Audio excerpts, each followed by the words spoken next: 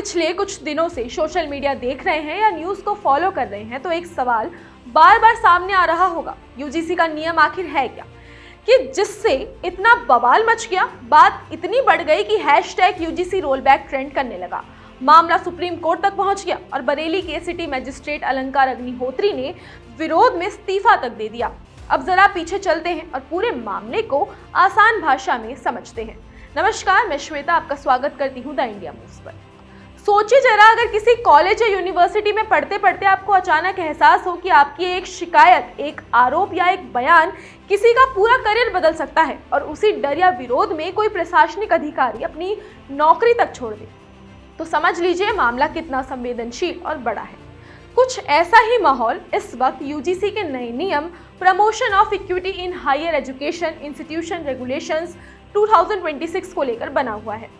13 जनवरी 2026 को जारी हुए इस नियम का मकसद कागज पर बेहद नेक बताया गया, उच्च शिक्षण संस्थानों में जातिगत भेदभाव को रोकना और कैंपस को सुरक्षित व समान बनाना। लेकिन इसके प्रावधानों ने ऐसा तूफान खड़ा कर दिया कि विरोध सिर्फ छात्रों तक सीमित नहीं रहा, बल्कि सामाजिक, राजनीतिक और बौद्धिक वर्ग तक फैल गया। उत्तर प्रदेश से लेकर दिल्ली तक इस मुद्दे पर बहस तेज हो गई। बड़े पैमाने पर विरोध की बातें होने लगी और इसी कड़ी में मशहूर कवि कुमार विश्वास भी खुलकर सामने आ गए। उन्होंने सोशल मीडिया प्लेटफॉर्म एक्स पर दिवंगत कवि रमेश रंजन की एक कविता पोस्ट करते हुए नए नियमों का विरोध किया और लिखा, चाहे तिल लो या ताड़ लो राजा, राई लो या पहाड़ लो राजा, मैं अभागा सवर्ण, मेरा रोया रोया उखाड़ लो राजा। साथ ही hashtag UGC roll back, hashtag trend कर इस्तेमाल कर आंदोलन के प्रति अपना समर्थन जता दिया। इससे साफ हो गया कि ये मुद्दा अब सिर्फ शैक्षणिक नीति का नहीं, बल्कि सामाजिक पहचान और असुरक्षा की भावना से भी जुड़ चुका है। नए यूजीसी नियमों के तहत हर कॉलेज और यूनिवर्सिटी में इक्वल अपॉर्चुनिटी सेंटर यानी EOC, equity committee, equity squad और 24/7 इक्विटी हेल्पलाइन बनाना अनिवार्य कर दिया गया, ताकि एससी, एसटी, ओबीसी, महिलाएं और अन्य दिव्यांग छात्रों के साथ होने वाली किसी भी तरह के भेदभाव की तुरंत शिकायत दर्ज हो सके और उस पर समयबद्ध कार्यवाही की जाए। अब सिर्फ एससी एसटी ही नहीं, बल्कि ओबीसी छात्रों को भी जातिगत भेदभाव की शिकायत करने का अधिकार दे दिया गया। इन समितियों में एससी एसटी और ओबीसी का प्रतिनिधित्व अनिवार्य किया गया, लेकिन सामान्य वर्ग के प्रतिनिधित्व को जरूरी नहीं माना गया और यहीं से विवाद की असली चिंगारी भड़कती है।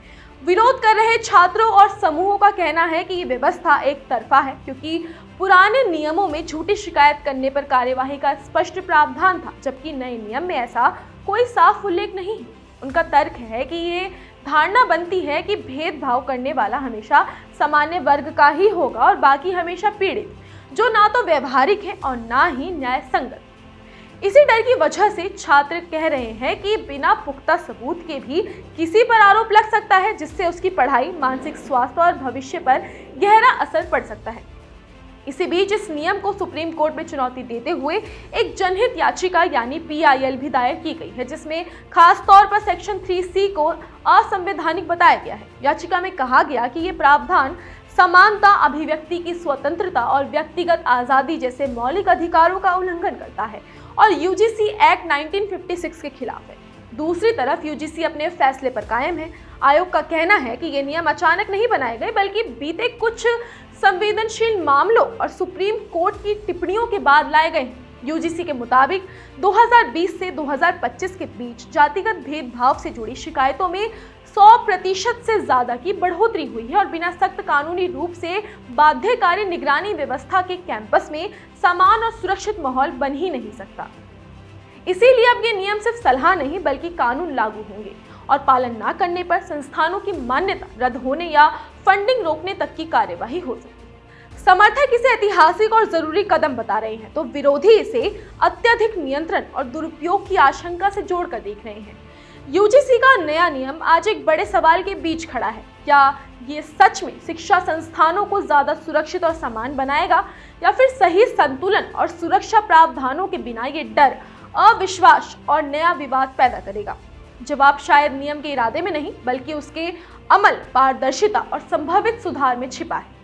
और यही चिंता आज हर छात्र, शिक्षक और अभिभावक के मन में घूम रही है।